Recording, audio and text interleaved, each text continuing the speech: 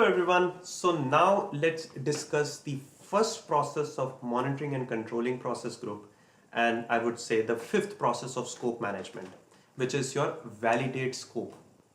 An important process.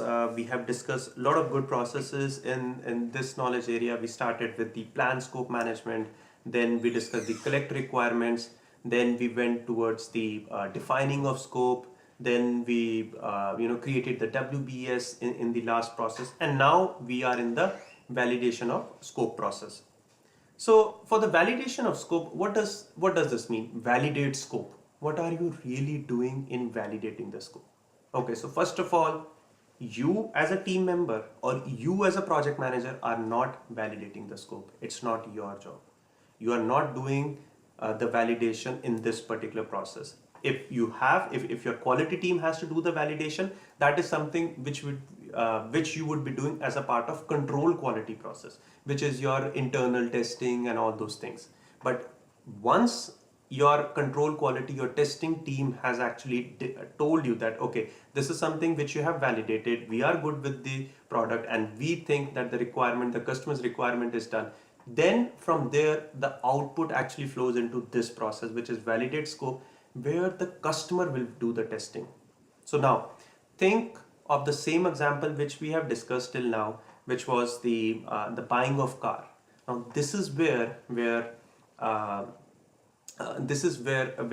the dealer has called me and asked me to come and see whether the requirements, whatever I have mentioned, has been met or not. So what I will do, I will have the requirements document with me. I'll go to the dealer. I will see my customized car. I'll go through each and every requirement, whatever I have drafted, and I see whether the dealer did it or not.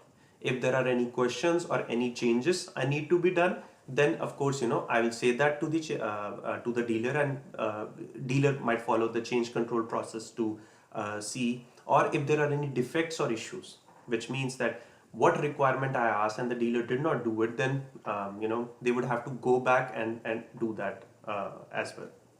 So let's see, it's a process where customer is particularly interested in. So of course, I would be interested in seeing my customized new car, right? That's what I'm here for. That's why I did this project.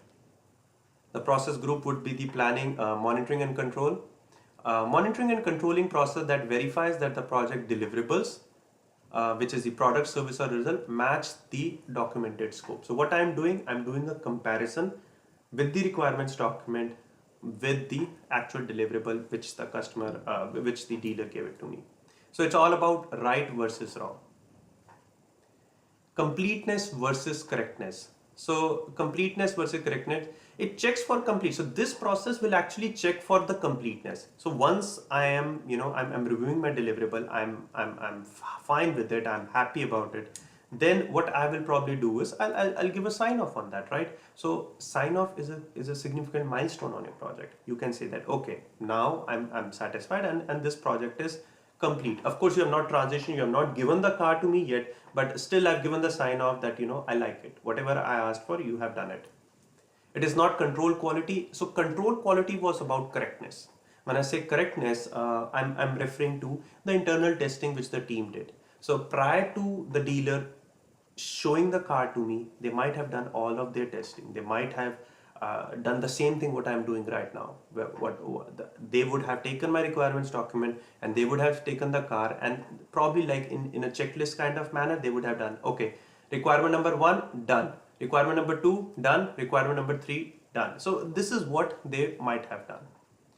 Stakeholders, it's performed by PM, sponsor, customer, and other key stakeholders. So it's like a combination, it's like an effort of everyone. But of course, basically the customer is somebody who is majorly doing this process, because the final sign off would actually come from him.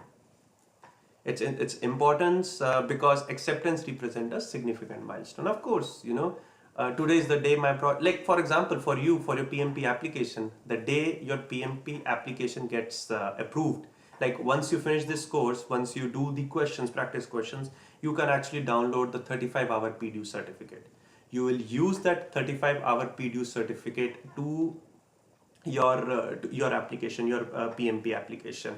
And once you do that, right, then your application gets approved by the PMI. That is a significant milestone, right? So this is an important one. It's like another important milestone, that today is the day my car, my requirements, the dealer actually manufactured, created the deliverable with the requirements I asked for.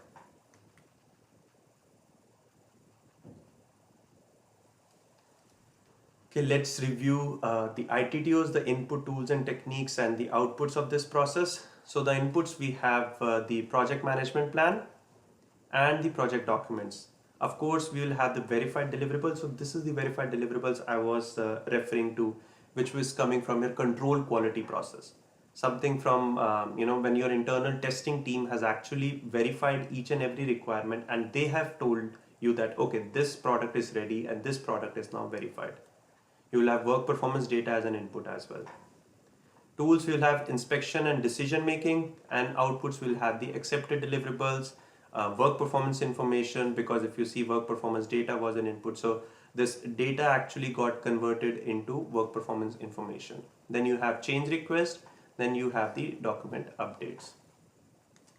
So let's discuss these inputs in much more detail and see why they are really the inputs. Okay, again, remember guys, you need to ask these questions. Why this is an input, why this is a tool, why this is an output.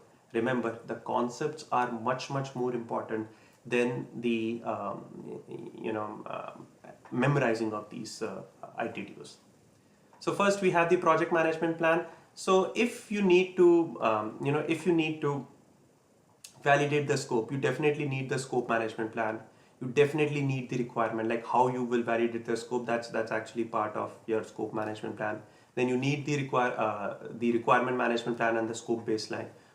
You need to know what are the requirements, right?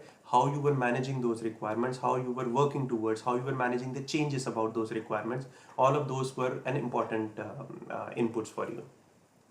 As far as the documents is concerned, we have the lessons learned register,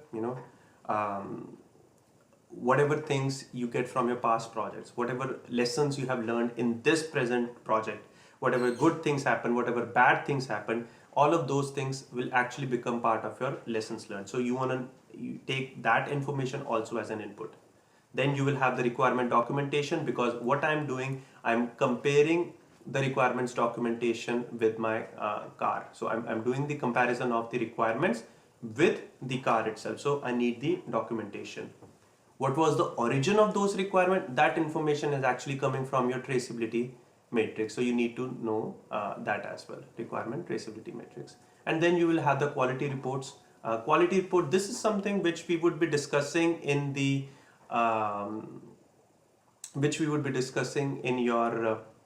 in the quality management knowledge area, because I told you, right? So quality, it's all about requirements, meeting your requirements. So this is a good quality product only if the car dealer made sure that all of my requirements were fulfilled by him. Okay, then we will have the verified deliverables. This is something which will be an output of the control quality process. Something which our internal team did the testing, did the comparison. What me as a customer is doing this right now.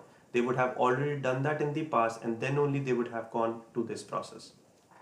Then we have the work performance data, the raw observations, right?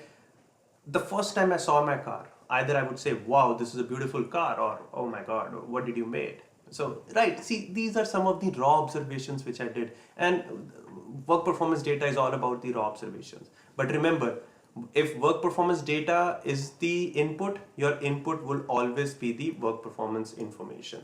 If any time in future work performance information is your input, then work performance reports will be your output.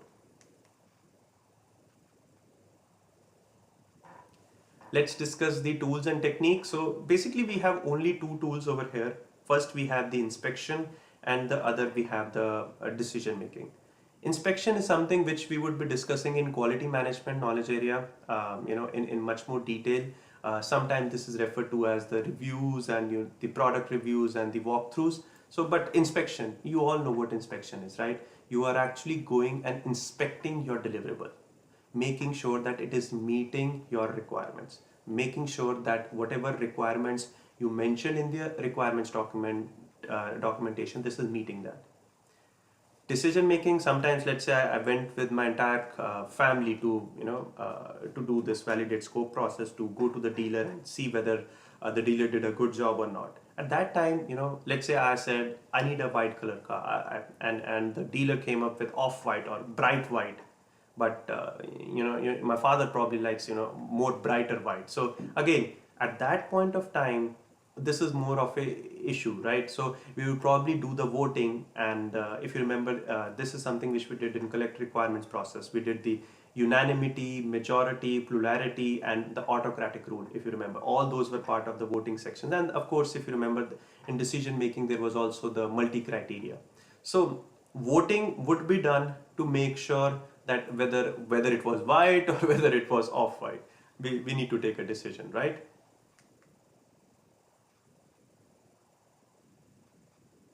So let's see the output. So of course, after the end of this process, we will get the accepted deliverables. Of course, I can reject the deliverables if it's not meeting my requirements, but majorly it would be accepted deliverables where me as a customer or as a sponsor, whatever, will give the sign off on the deliverables that this is something which I asked for and this is what the dealer provided me. That's accepted deliverables. Then if you remember, work performance data was the input, so definitely you will have the work performance information. Initially I had the raw observation, but now I have something more substantial. When I sat in the car, when I touched the leather seats, that was the time that gave me more information whether it is really actual good quality leather or it's not a good quality leather, right? But prior to that, I was just seeing it like as an okay leather or a good leather or a bad leather, whatever. Then for the document updates, we will definitely come up with lessons learned register. I might come up with some lessons learned saying that, oh, you could have done this in a better way, or you could have done this in a or this was done pretty good nicely, so that the dealer can make sure that for next customer he or she doesn't repeat the same mistakes or does it even better. Then of course your requirement documentation and traceability matrix might get updated, because I was referring to white, but my father was referring to off-white, right? So we might have to change the requirement now. He would have to go back and go back to the perform integrated change control process and see what will be the impact of changing the car color from white to off-white. That's a change request. Okay, so let's do a quick revision of whatever things we discussed. So know that the accepted deliverable is the primary output of validate scope process. So again, accepted deliverables, of course it could be rejected also, but accepted deliverables, the sign off would come from this process. Know that the validate scope cannot be performed until some component of the project deliverable is available for inspection. So it's a step-by-step process, right? So if you remember, in direct and manage project work, which we did in the execution section, that gave me the deliverables, right? Those deliverables actually went to the control quality process, which we would be discussing in quality management, but that actually went to the control quality process where my internal team did the testing, and output of that was or verified deliverables. Like they verified that whatever requirements I asked for, they did that. From verified deliverables, that actually came to this validate scope process where the customer did the testing, and when customer likes it, customer will give the sign off, and the output will be your accepted deliverable.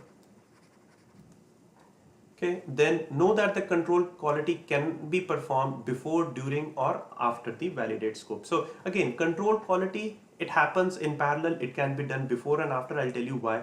Like for example, let's say you completed deliverable 1. So again, deliverable 1 got completed, it went to the control quality, it got approved, it went to validate scope. So now what the customer is doing, customer is validating the control, the deliverable 1, but at the same time for deliverable 2, your testing team has already started working on it. So it's most of the things are done in parallel, I would say. Know that this process brings objectivity to the acceptance process. Yes, it will bring objectivity, because this is where you will get the final sign off from the customer that this is what I asked for and this is what you did, and I'm happy with the response from the team. So this marks the completion of your validate scope process. Next process is the control scope, and we'll discuss about how we are managing the changes to that scope in that. Thank you.